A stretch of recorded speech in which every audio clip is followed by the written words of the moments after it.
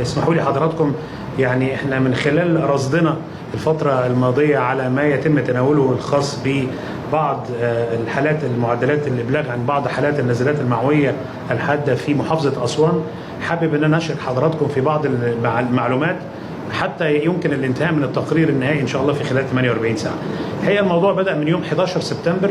لما رصدنا من خلال أجهزة الرصد في وزارة الصحة والأجهزة المعنية من قطاع الطب الوقائي ان في بعض الحالات بيتم ترددها على المستشفيات في محافظة أسوان،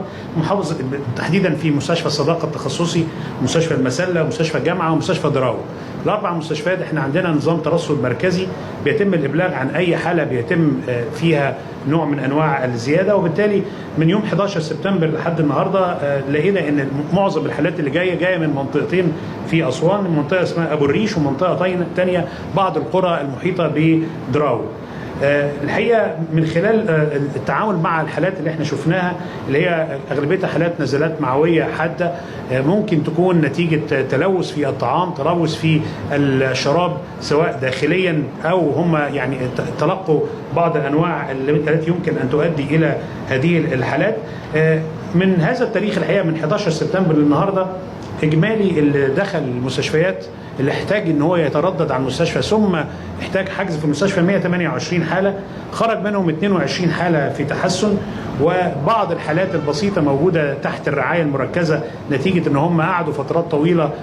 طبعا النوع ده من النزلات المعوية الحادة بيبقى فيه فقد للسوائل شديد جدا، ان بيبقى فيه اسهال وبيبقى فيه غثيان، وساعات الناس بتتعامل معاه بشكل بسيط. احنا بنقول ان لو في عندك حاجة زي كده لو سمحت ارجع للمستشفى، لانها العلاج في هذا الموضوع هو تعويض للسوائل وفقدان السوائل عن طريق محاليل معالجة الجفاف وبعض المضادات الحيوية البسيطة جدا اللي هي ممكن في هذا الموضوع من خلال يومين ل5 أيام ينتهي الموضوع في الآخر.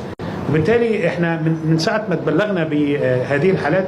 تم تكليف فريق كامل من قطاع الطب الوقائي بالوزارة بقيادة نائب الوزير للطب الوقائي والتوجه إلى أسوان. هم موجودين واحنا بنتكلم دلوقتي مع فرق عمل بالكامل علشان نقدر ان احنا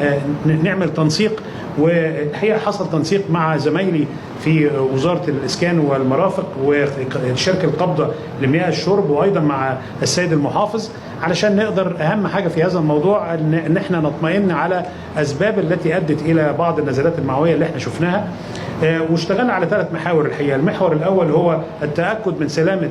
مياه الشرب، وبالتالي في 103 محطة مياه شرب في محافظة أسوان تم الأخذ بعينات منها، وبالتالي قدرنا نطمئن بشكل تام على جاهزية وعلى مأمونية مياه الشرب من خلال المحطات. المحور الثاني هو التوجه إلى المستشفيات من فرق العمل والتأكد على استعداد المستشفيات لاستقبال الحالات. زي ما قلت لحضراتكم عدد الحالات يعني مقارنة ب1,650,000 مواطن هم سكان محافظة أسوان يعتبر عدد حالات بسيط اللي تم رصد وفي أماكن محددة. المحور الثاني الحقيقة اللي احنا اشتغلنا عليه ان معدلات التردد بتتابع بشكل لحظي، يعني وبيجي تقرير لدولة الرئيس في مرتين في اليوم. المحور الثالث هو التأكد من أماكن تقديم الطعام وأماكن الخاصة بالباعة الجائلين والأماكن في الأماكن اللي تم رصد فيها هذه الحالات. وتم المرور فعلا على المستشفى الجامعي والمسلة ومستشفى الصداقة ودراو المركزي، وتم مناظرة الحالات المحجوزة بالمستشفيات واطمئننا على تقديم الخدمات الطبية ليهم، ومنهم كتير الحقيقة يعني تم تحسن الحالة والخروج. ومش بس كده، احنا رحنا المنازل في القرى اللي فيها هذه الحالات حوالي 163 منزل في إدارة دراو وأبو الريش، وقابلنا الأهالي عشان نقدر ان احنا نعرف منهم ايه الحاجة اللي ممكن تكون تؤدي إلى اشتراك المواطنين في هذه الأماكن تحديدا، وإلا الأماكن اللي فيها مياه الشرب موجودة على مدار المحافظة بالكامل. وعملنا إجراءات توعية لأن التعامل مع هذه الحالات موضوع سهل جدا، وهو النظافة الشخصية والتجنب أي عينات أو أي أكل خارجي ممكن يكون ملوث أو أي مياه ما تكونش معلومة المصدر.